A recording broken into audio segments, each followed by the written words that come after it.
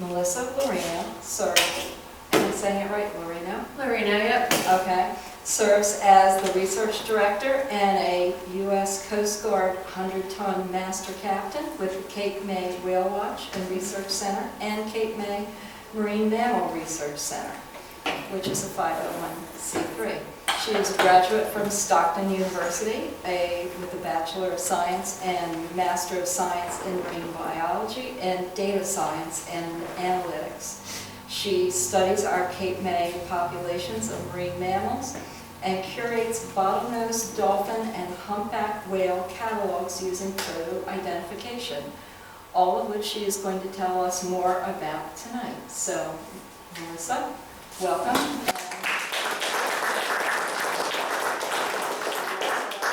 Thank you for having me tonight. I'm happy to be here. Once again, my name is Melissa Laurino. I work with the Cape May Whale Watch and Research Center in Cape May, New Jersey. Has any of us ever been whale or dolphin watching before? Yay, a lot of us. That's great. Now keep your hands up if you actually saw a whale. Wow. Okay, this might be the most hands I've ever had raised. That's excellent. So I do study our local populations of humpback whales and bottlenose dolphins, as well as a few other really great and rare marine mammal species that visit our coastline.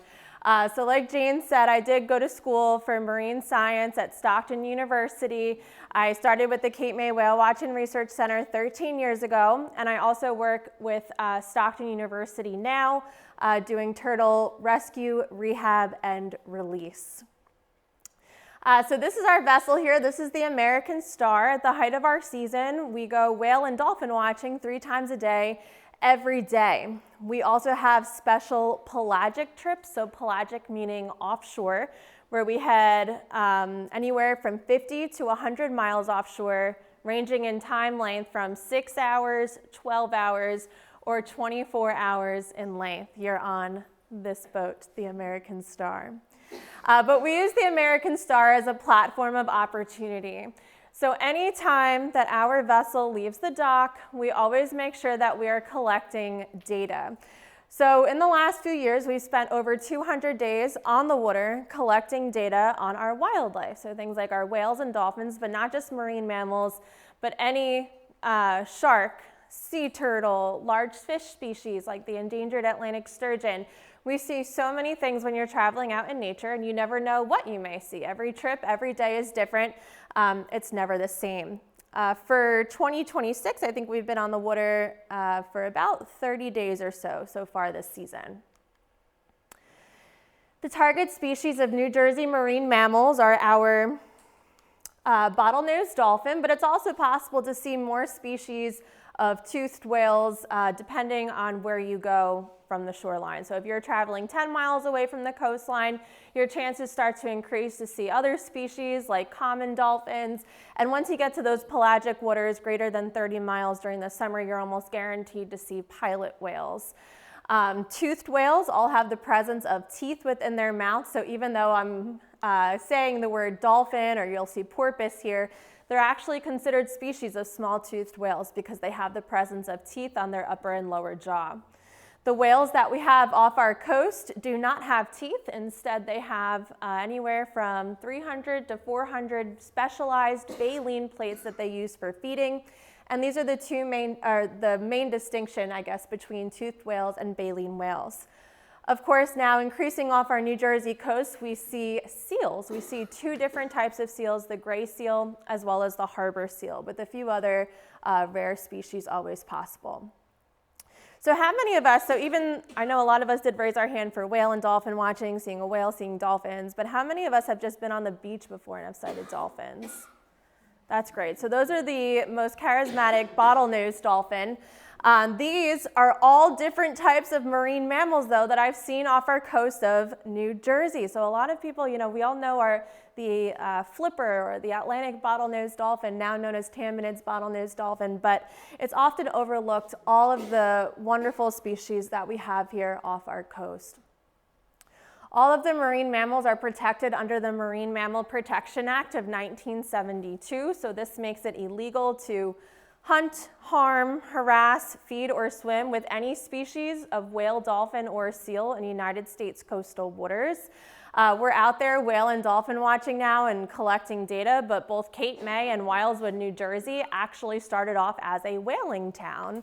So whales and dolphins were once hunted for a variety of reasons, including their teeth, their bones, the oil, many different uses for these whales and dolphins, but now they are a protected species. Whenever we're collecting data, we're following all rules and regulations set for us by the National Marine Fisheries Services.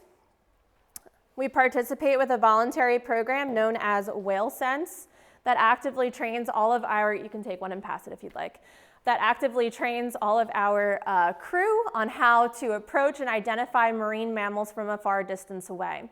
This is important because depending on the type of whale or dolphin that you're observing, there's different rules and regulations when it comes to approaching distance or different behaviors to look out for to ensure you're never causing that animal any harm.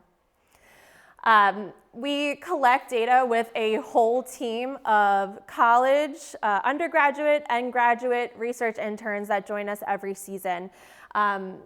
We have about 10 to 12 interns that join us every year, and they help us to collect our data and also take photographs of the marine mammals that we're seeing. And there's a lot of different parts that go into our systematic data collection. So we collect the same data every time we go out on the boat. So no matter what trip we're going out on, we're always collecting the same data. We're collecting things like weather and sea conditions. So is it raining out there? What's our visibility, the wind speed, the sea height? These are all things that could impact marine mammal visibility. We are also collecting species-specific variables like the number of animals present within the group, the time, latitude, and longitude, so the GPS location, water temperature, depth, tide height, behaviors of our whales and dolphins. So are they feeding or mating? Do they have any calves or juveniles present within the group? These are all things that are important to learn more about our New Jersey populations of marine mammals. So first I'll mention the Cape May, or I should say our New Jersey locals, the bottlenose dolphin. So they were once considered the Atlantic bottlenose dolphin, and they were recently reclassified as their own separate species here in New Jersey to make them even more special. So they're known as our Tamanins bottlenose dolphins. Bottlenose dolphins come here to New Jersey to utilize our area as their feeding, their mating, as well as their birthing ground. We saw our first calf of the season this year on May 1st. Feeding is one of the most common behaviors that we cite that we'll see in just a bit, but they like to travel together in these large groups known as pods. A pod could be anywhere from 2 to 15 or even 30 to 40 dolphins that we cite close to our shorelines. The inshore population of our Cape May locals, this is the population that we like to study the most in terms of photo identification. So we know all of our dolphins by name and also by identification number. We see these coastal bottlenose dolphins pretty much everywhere we go. We can see them in our Delaware Bay, we'd be all the way up here right now, Delaware Bay, as well as the Atlantic Ocean. We see a lot of these dolphins occupying coastal areas, and then we can even see them up to 10 to 15 miles offshore. The inshore coastal ecotype, though, is very special, and these are the ones that are focusing more on the Tursiops erebinus, the Tamanins bottlenose dolphin. So these are not the pelagic ecotype of bottlenose dolphin. They're the ones that are coming here close to shore that we're citing the same ones every day and every year, recognizing them as individuals based off of unique markings that they have on their dorsal fins. The average bottlenose dolphin could be anywhere from 6 to 12 feet in length, weighing about 800 to 1,200 pounds. We have a 98% or so success rate when it comes to finding bottlenose dolphins from March all the way to December. So we're sailing on the American Star as well as our other research vessel from March to December every year, and we can sight dolphins on almost every trip that we sail on. So they're very abundant here. The further you go away from the shoreline, though, we encounter a different type of group of bottlenose dolphin called the offshore or transient ecotype. This group of dolphin travel in really large herds. Herds could have over 100 bottlenose dolphins traveling together, and we see these herds the most during July, August, September. That's the best time to sight these really large herds offshore of hundreds of dolphins traveling together.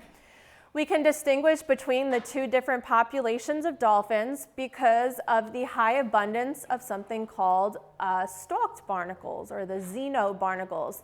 These black objects that hang off the dorsal fins of the dolphin kind of look like seaweed, but they're actually individual barnacles. They're not a parasite, though. They're not feeding on the dolphin. Instead, they're just using them as an environment to grow. They complete their life cycle, and they'll eventually fall off.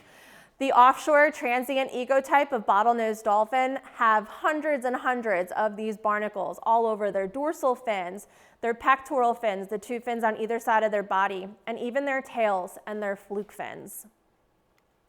We can also identify the difference between these two groups of dolphins because of their behaviors. So in addition to traveling in these really large groups, we see a lot of breaching, or jumping out of the water, jumping completely out of the water. And we also see a lot of tail slapping. These groups will come up all together at the same time, like we see in the video, and then they pretty much disappear. We also see the pelagic species of bottlenose dolphin, the Tursiops truncatus. So this is currently off the coast of New Jersey, these are our only Atlantic bottlenose dolphins that we see, the dolphins that inhabit areas over 80 miles offshore. These dolphins are much larger in size than the inshore dolphins. These are the ones that can grow to be about 10 to 12 feet in length. They have a yellowish hue to the sides of their face, and then just overall, they're very stocky, very robust in size. When we are traveling 80 to 100 miles offshore, this is a group that we can commonly sight with other species, so you have multiple different species interacting in the same area, and then they do like to approach the boat, which is what we see here on the video. So this is a behavior known as bow riding. So that's when the animal decides to approach the boat itself, and they'll catch a ride underneath the bow of the boat. So going back to our New Jersey local dolphins, and the ones that we know that we're seeing every day and every year off our coast of Cape May, those are the ones that are coming here to utilize Cape May as their feeding, their mating, and also their birthing ground. There's a name for this group of dolphin, and it's called the northern migratory stock. So from our research and data collection on board, we can prove that our New Jersey dolphins will only head as far north as New York during the summer months, and as far south as North Carolina during the winter months. However, it is expected that some of these seasonal occurrences might change or be extended, whether it be north or south. So coming to New Jersey to feed, our bottlenose dolphins love to feed on small oily bait fish. They're not picky eaters by any means, unlike the whales that we have off New Jersey who are very picky eaters. Dolphins will feed on any type of fish they can get their jaws on. So they have about 100 conical shaped teeth between their upper and lower jaw that they use to pierce their food and then swallow it whole, or sometimes they do tear it into smaller pieces. Right now, actually, during our spring, we're seeing the dolphins feed on striped bass as well as bluefish. But we also see them feeding on bunker, Atlantic menhaden. This is a spot. In some areas of the world, it's documented that dolphins can feed on jellyfish or even crustaceans like crabs. We see feeding behavior in two locations. So we see the most common feeding behaviors that we see are documented in two locations, in the Delaware Bay and the Atlantic Ocean, the Cape May Canal, as well as the Cape May Inlet. These are two very high traffic vessel areas. So has anyone ever been on the Cape May Lewis ferry before? Where that ferry leaves out of in Cape May, that's the Cape May Canal. And right now, just in these last 2 weeks, that's where all the dolphins are right now. They're all feeding. It's a massive feeding frenzy of dolphins, osprey, cormorants, all hunting bait fish, chasing them up against the rocks. And that's where they like to feed on those really big stripers as well as bluefish too. It's said that dolphins can feed on up to 20 or 30 pounds of fish per day. And in this video here, if you look closely, that's a striped bass that they're working together as a team or as a group to hunt together. And it's kind of just bobbing at the surface. They're blowing bubbles. When dolphins blow bubbles, they're blowing it out of their blowhole, so that's how they breathe. One single blowhole on top of their head. They're not breathing through their mouth. And if you look closely, you can see those bubble rings there. That's produced from the blowhole. That could be to confuse the fish, to communicate with other dolphins, all working together to corral that bait fish. And these dolphins are not shy whatsoever. Going off of them not being shy, in addition to feeding, mating behaviors are the most common behavior that we cite during the summer months. So July and August, we see a ton of mating behaviors with our dolphins. Now, since dolphins are mammals like we are and they're breathing air, a lot of this mating behavior occurs at the surface of the water. For some reason, they really like our sunset trips. But all this mating behavior, it's said that adult dolphins, they can mate anywhere from 5 to 7 times per day for both recreation as well as procreation. And this is an indicator to their high intelligence level because the only other species of mammals that understand the difference between procreation and recreation are humans and some species of chimpanzee. So very generally speaking, like dolphins in general are thought to have some of the highest brain to body size ratio compared to us humans, which is an indicator to their high intelligence level. So we see this behavior pretty much all summer long, but then what comes next after mating? Babies. So we see a ton of babies off New Jersey. We saw, like I said, we saw our first one May 1st. This dolphin here, this is a newborn calf that's less than 24 hours old. We know that this calf here is less than 24 hours old because of these indentations that they have on the side of their body. As that calf grows older, the skin or blubber will stretch out to resemble these silver tiger stripes. These are called fetal folds, and they get these from the way that they're shaped as they're still developing inside mom's womb. Calves and mothers have a very strong bond. They'll stick together for the first 2 to 3 years of its life. And even as that calf grows teeth and learns how to eat fish from the rest of the pod, from mom, it's still nursing from mom during that whole time too. We can keep track of the moms who have babies over time as well as their calves by using photo identification, or photo ID for short. So we can use natural and unnatural markings like nicks, notches, scars, or some will have white patches and complete portions of their dorsal fins missing as ways to identify individual animals over a long period of time. Photo identification is a non-invasive method of study, so this means that none of us are getting in the water. Remember, they're protected. We're always following rules and regulations when it comes to viewing these wild animals, but we have those really large cameras that allow us to take these really nice, clear photos of our dolphins to keep track of them over time. We photograph both the right and left side of a dolphin's dorsal fin. A new dolphin will get an identification number, and some of them that we cite very often are also assigned nicknames. Like, for example, we have Tippy, Trisket, Thunder, Lightning, Chance, the list goes on and on. This is Tippy. When I first started working on the boat, Tippy did not have this really large notch that she has there now at the base of the fin. So even though she has this large notch that is probably too large to be something natural, that could be from something unnatural or some type of anthropogenic cause, it's still a reliable way to identify that, yes, this dolphin is Tippy. You can still use the top half of the dorsal fin to say, yes, all the nicks and notches match up, the white patch matches up.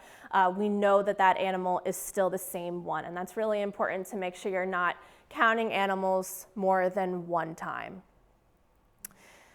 It's really exciting to study dolphins and whales off New Jersey, but it's important to also understand that New Jersey isn't the only piece of their story. Whales and dolphins are highly migratory, traveling long and far distances over short periods of time. So we have to work together with other researchers and organizations to learn more about their migration and movement. So where do they go when they're not here with us off our coast of New Jersey? For our bottlenose dolphins, there's something called the Mid-Atlantic Bottlenose Dolphin Database that's managed by Duke University in North Carolina. So everyone's dolphin catalogs are compiled on there, and we all work together as a team to go through and match dorsal fins. So in addition to our Cape May catalog, we also have a catalog off of Lewis, Delaware. Over that time, we did look at how many dolphins were traveling back and forth over a small period of time or over a short period of time.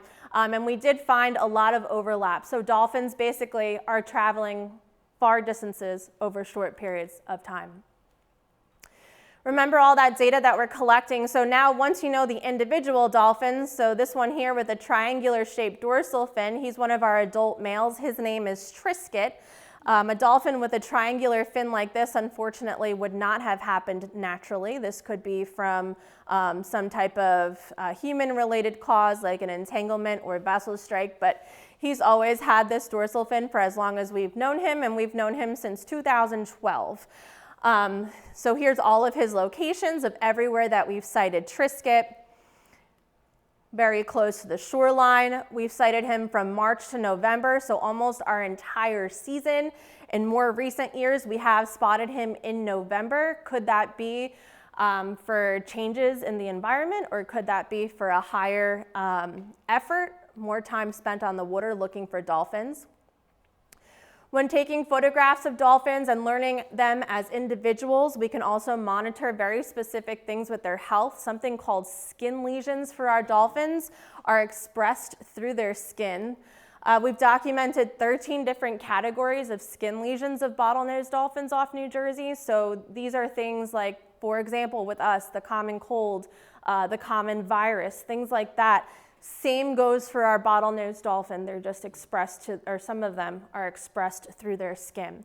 So we can look at their health over time and the progression as well as the loss or gain of these lesions over time. And we also have a special interest in some of our catalog dolphins that have very unique spinal abnormalities. So some of our dolphins we believe have kyphosis, which is a type of scoliosis or curvature of the spine. Some of our dolphins have these really large humps in front of the dorsal fin. They keep up with the rest of the group. They migrate back to us every year, but they do lag behind the group. They blow bubbles before they come up to surface. Very labored swimming patterns, very rigid too, straight posture. They don't have that standard curvature of their body. And this is something that we're still continuing to learn more about, and hopefully we'll learn more about what's causing this with some of our New Jersey dolphins. We haven't been able to find any other records in our local area of situations like this with our dolphins. We can also combine some of these more interesting dolphins, so animals that have skin lesions. So here's one of my favorite dolphins. She's number 245. That's her 2020 calf. Since then, she's had one more calf with us too. They always have one single baby, by the way, at a time. In 2021, she came back with the calf, but she had these massive clusters of skin lesions on her body. The next year she comes back and all of the white skin lesions have faded to be little black dots on her body instead. And then 2023, she came back and she's looking like she never had that issue. So it's very interesting.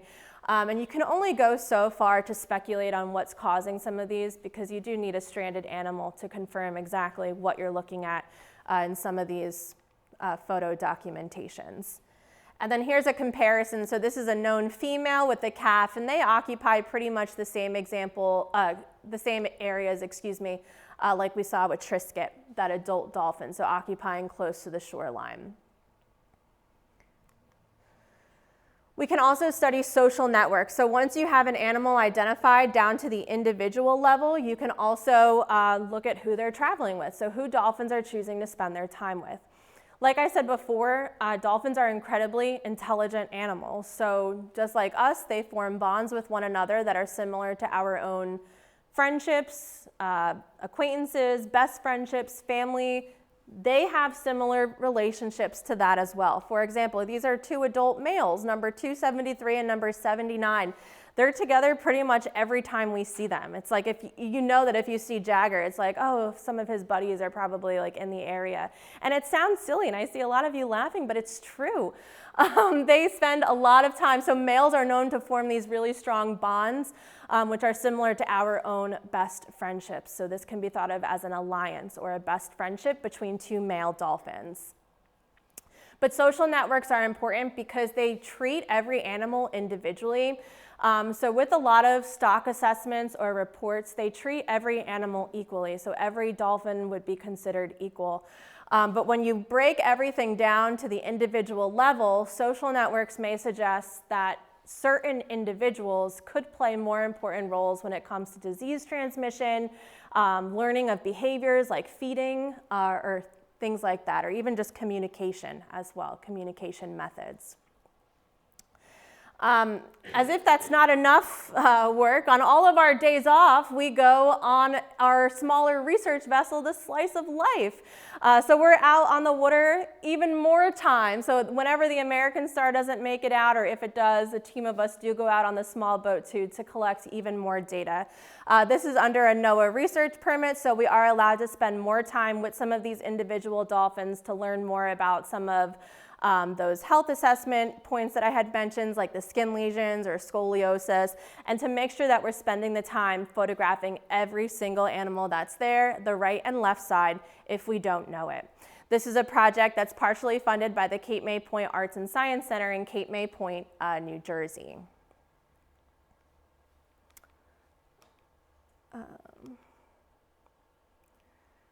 So you can see in this video here, here's that dolphin 245. It happens really quickly, but when dolphins surface, they have a very unique curvature of their body. But when she comes up, she blows bubbles before she comes up. There's the bubbles that are being blown out of her blowhole, and she has that very rigid posture. So a very unique behavior that we're documenting off New Jersey. The most common whale that we sight off New Jersey are humpback whales. So that's probably the whale that a lot of us raised our hand when we said we all saw a whale off New Jersey. That's great. We photo identify them in the same way that we photo identify our bottlenose dolphin, recognizing them down to the individual level. Humpback whales can be identified by their really long white pectoral fins on either side of their body. They have the longest pectoral fins of any other species of marine mammal. They also have these massive tails or fluke fins that they put up when they go down on a deeper or a longer dive, or sometimes just for play, for things like slapping their tails on the surface, or even tail throwing or communication to other whales. Humpback whales can be found very close to our coastline of New Jersey, and this is because a lot of their food is found right next to our coast. So humpback whales are extremely picky eaters, and humpback whales are only coming to New Jersey to feed on bunker or Atlantic menhaden, a small oily bait fish that's also fed upon by larger fish in our oceans, dolphins, sharks, ospreys, eagles.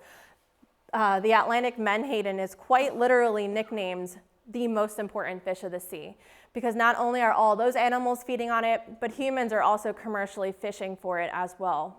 It's being hunted for, fished for oil, ingredients in dog and cat pet foods, fertilizers, so many uses for bunker or Atlantic menhaden. So just like with our dolphins, we do see our humpback whales pretty much anywhere the boat travels. You can see a humpback whale less than half a mile off the beach to 100 miles offshore. However, the majority of whales that we see off our New Jersey coast, and especially here within our Delaware Bay area, are juvenile whales or young adult whales. This is what their food looks like at the surface of the water that they're coming here to feed on, the Atlantic menhaden, also commonly referred to as bunker. At the surface of the water, it looks like it's bubbling, boiling, or even raining. That's all the little fish pitter-pattering out of the surface of the water. So there could be something hunting it below, like I said, some of those larger fish species like striped bass or even spinner sharks. They're also the most common type of species that you'll see breaching or jumping out of the water.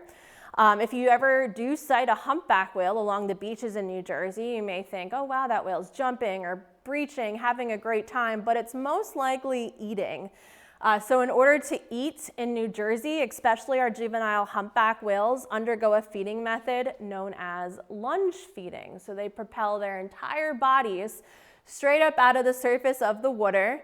They position themselves beneath a school of bait fish. They come straight up into that school of bait fish with their mouths wide open, engulfing hundreds and thousands of fish at one time. Those specialized baleen plates that they have inside their mouth, a little difficult to see in the picture there, act like a strainer, keeping all the fish and food source trapped inside the whale's mouth.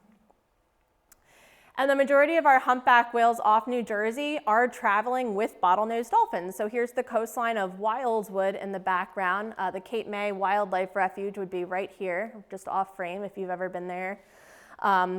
There's our humpback whale surfacing right in the center of our local bottlenose dolphins. A major difference between whales and dolphins is whales lack the extra special echolocation senses that dolphins use to hunt or find their food or to tell where our boat is located or any other boat for that matter. So one of the techniques that whales could use to find food is to follow the bottlenose dolphins, let them do all the work for them, especially since they're both feeding on the same food source. We photo ID our humpback whales, like I said, just like we do with our bottlenose dolphins. I forgot to pass around our dolphin catalog, so here, I'll pass around both of them. You can flip through it if you want. So humpback whales, in addition to photographing their dorsal fins, like you'll see in that catalog that's being passed around, we also photograph the underside of their tail or fluke fin because that's their own version of the human fingerprint. So humpback whales have different colorations and markings that range from black to white. They also could have natural or unnatural scarrings on their flukes. A lot of our humpback whales do have evidence of vessel strike scars as well as entanglement scars. Like for example, this here is the remnants of an entanglement scar on this fluke. These humpback whales will get an identification number in our catalog. And we share our sightings with the Mid-Atlantic Humpback Whale database that's managed out of Virginia Beach by HDR and the US Navy. They're doing a large whale tagging project there right now. And there's other local organizations that will also share sightings like Gotham Whale or even Happy Whale, a citizen science platform. In addition to our humpback whales and bottlenose dolphins, I always like to bring these guys up whenever I can, is our critically endangered North Atlantic right whale. They have an estimated population size of 370 animals. So less than 370 of these animals exist today on planet Earth. And to paint the picture of why photo ID, why vessel-based photo ID is so important, so whenever we see a right whale, there's a whole protocol that we have to follow, and we photo identify them just like we do with our whales, our humpbacks, our dolphins. But these right whales have unique patterns on the tips of their face called callosities, and that's how they're identified as individuals. But this whale here, this is a whale that had never been photographed by a boat ever, and we were the first vessel to document it by a boat. This is important. So these right whales are documented primarily aerially when they're first born. So off Georgia, North Carolina, Florida, there's aerial surveys that go out surveying for these whales and they photo ID them. This was the first boat-based image of this individual whale. So that's really exciting, especially since there's not that many left. They're critically endangered. Another really rare sighting that we had was a blue whale off the coast of New Jersey. This was on a pelagic trip, on one of the 24-hour pelagic trips that we did, but it was fairly close to the shoreline. It was only 50 miles offshore. But I'm saying that because that's where we would go on like a 12-hour trip. But this was an animal too. So this whale has only ever been documented one time ever. Someone else who works to catalog blue whales and their specialty, Mingan, I think it's, the name is escaping me, it's like Minigan Island Cetacean Study. But Richard Sears, he studies our blue whales and he can photo identify blue whales based on their natural markings that they have. This whale had only been documented one time previously 3 months or 2 months earlier than when we had it, and that's it. Never has been sighted again. So this is a constant mystery that we're always working to solve here. Now, something else I always like to bring up with every presentation that I do, the biggest threats to our whales and dolphins off the coast of New Jersey are things like vessel strike as well as entanglement. So negative encounters with us humans. This video here, although it's short, this is what a holiday weekend looks like for a pod of 5 bottlenose dolphins off the coast of Cape May. It's really exciting to see whales and dolphins, or even anything, loggerhead sea turtles, mola molas, seals in the wild, but it's so important that we're always approaching them and viewing them with the utmost respect and courtesy, because our actions, whether we mean it or not, could cause accidental harm to them. Everyone wants that, perfect photo for social media, but it's important to remember that we're in their home and we're in their environment. So we always like to give them that respect that they deserve. At this time, there is currently no mention of the Marine Mammal Protection Act in the New Jersey Boaters Safety Course. So we want to change that. So one of the ways that we decided to try to change that, or to start to change that, we have a separate data sheet where we collect even more variables on some of the different types of boats that we see interacting negatively with dolphins, or are just occupying the same area with our bottlenose dolphins. And really long summary short, we just had another student, she just finished her thesis on mom and calf pairs, specifically with some smaller jet ski and personal recreational boats. She did an amazing job, but the summary to that whole project is that the vessels that are a part of this special program, Whale Sense, it's not just us, there are multiple other vessels in the area that are part of this special program. Those vessels were always, or most of the time, keeping their distance compared to other vessels in the area that were uneducated on the different approaching rules and regulations when it comes to some of these different species. Therefore, the smaller vessels like jet skis, kayaks, as well as personal boats cause the greatest implications for some of our dolphins. So that's where we saw the most direction changes, changes to their behavior. Were they mating and then they stopped when a boat decided to approach them too closely? Things like that we are recording. But this is a project that we are going to continue with the Cape May Point Science Center, Arts and Science Center in Cape May, New Jersey. Because those threats aren't just posed to our dolphins, but the same goes for our whales as well. And a lot of, like I said before, a lot of the whales in the catalog that you'll see as it's getting passed around, they do have vessel propeller marks down their bodies. This is a whale that still comes back to visit us every year, and it's a lucky whale too. The sad story though with this whale is when we first saw it, I believe like 2014 or so, it did not have this vessel scar. So we know that it happened when it wasn't with us in Cape May, sometime between that year that we had seen it. But that's another important part of all working together as a team. Another threat, I don't need to pass this around, but we've all seen these before, right? Mylar balloons. We make the commitment and we make the effort to collect any type of floating marine debris that we see on our trip with our Clean Ocean Initiative. It just so happens though that Mylar balloons are the most common item that we see out there.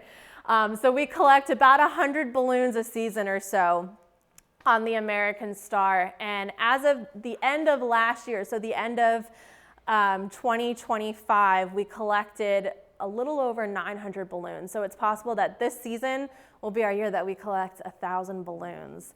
And we're just one vessel. We're just one vessel trying the best that we can. But through a grant, we were able to expand this initiative to 11 other ecotourism vessels in the Mid-Atlantic, as well as one in California, to help collect balloons. And in just one season, I believe all of our total was like 324 for the 11 vessels. But this is a great program because it includes everyone on the vessel. Everyone gets that hands-on experience. Everyone wants to go out in the ocean to catch a fish or something, but we're going out there to catch balloons, and it's just as exciting, So to summarize, photo ID is really important because it helps us to track the migration and short-term movement of whales and dolphins that we see off New Jersey. We have to work together as a team with other organizations in order to learn more about their migration. It can also teach us more about their social structure, how many there are, unique health threats, or even a health assessment that could be posed for our dolphins and our whales. And it's important for conservation too. Things like this are really important because hopefully everyone in this room learned at least one thing today. You can take that home with you now. Tell your friends, tell your family. Make sure to follow us on social media, follow along with all of our pictures and photos that we take. I also have an email listserv if you'd like to be added. This is for the nonprofit to our listserv. You won't get a lot of emails because we don't have time to send a lot of emails. Hopefully one day we will, but right now we don't. But if you'd like to be on our email list, you can join by signing that. And I'd happily take any questions too. Thank you. First question. You said that they nurse for 2-3 years. Do they wait until they're done nursing to remain? Most of the time, yeah. So something else that we see with our New Jersey dolphins that's not as, I guess, publicized, maybe, I'm not sure what the exact word would be, but we see a lot of males trying to kill the babies, basically. They try to get rid of the calves so that they can mate with the mom because she will wait. And that is something that we see pretty often, actually. Yeah. Yeah. How are you marking each location where you're seeing them? We have a handheld GPS that tells our latitude and longitude. Yeah. I met somebody last year who's a diver, Oh, scuba diver. cool. And she was telling me about an excursion she was going on where the experienced divers go out in a helicopter and be dropped into the water in front of a pod of whales, which seemed astonishing to me, but that would also be illegal, I guess. If I had to guess, I would say that's probably happening in another country. Pardon? Is that happening in another country, maybe? I don't know. She Yeah. didn't say. Okay. Yeah. Yeah, it has. So every country, too, and every region does have different marine mammal viewing regulations.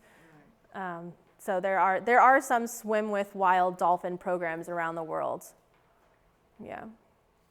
Yeah. Yeah. Electronic trackers are not being used at all, or do other programs use them? The last time one of our New Jersey dolphins was tagged with a transmitter was, I believe, the early 2000s, like 2002, 2003. And the main conclusion from those tags was that the dolphins were going from New Jersey to North Carolina, which is exactly what we can prove now with our photographs that we take too. Did you have a question as well? Yeah, a year or two ago, did you see in the news there was a guy on a Sea-Doo who got hit by a whale? I don't remember where it was and what waters. Recently, right? Yeah. The windsurfer? Yeah, no, I thought it was a Sea-Doo or whatever, yeah. Did they not like stay away from moving vehicles, or was the vehicle moving too swiftly? So a recent video that I saw that maybe a lot of us saw on Facebook or social media was a windsurfer that hit a gray whale off of California. And whales, those large whales, they do not have echolocation, so they're not able to tell where boats are if they're approaching them. The way that sound travels in the water is also something that's still being studied too. Going away from that Sea-Doo for just a second, so some of those large tankers and those large ships, those are vessels that are 300 feet long. And the way that their engines are positioned inside the boat could potentially muffle the sounds and could make it difficult for the animal to directionally tell where some of those sounds are coming from. But for that windsurfer too, and right off the beach, I can't believe that he didn't see that there was a giant gray whale right off the beach, and he just continued to keep windsurfing. But, you know, maybe go, you know, towards the shore if you see a giant obstacle in your way, right? Yeah. Do you have outreach into the schools? We do, yeah, we do a lot of programs like this. We do programs for schools. Yeah, we do. And what's the name of the boat that goes out there? Oh, what a great question. We are the American Star in Cape May. You can take one of these if you want to. We're docked right behind the Lobster House. So if you ever have dinner at the Lobster House, you can see our dock. We're the blue boat, the American Star.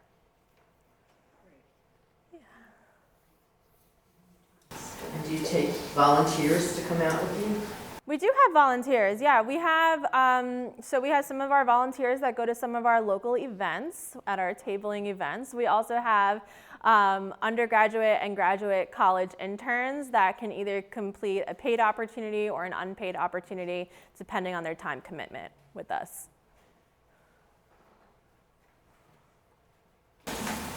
What, you can say a little bit about the trip that goes way out for 24 hours. Yeah, so the pelagic trips, the 24-hour pelagic trips are one of the highlights of the season, hands down. So we do about four 24-hour pelagic trips a year. We leave at 10 o'clock at night.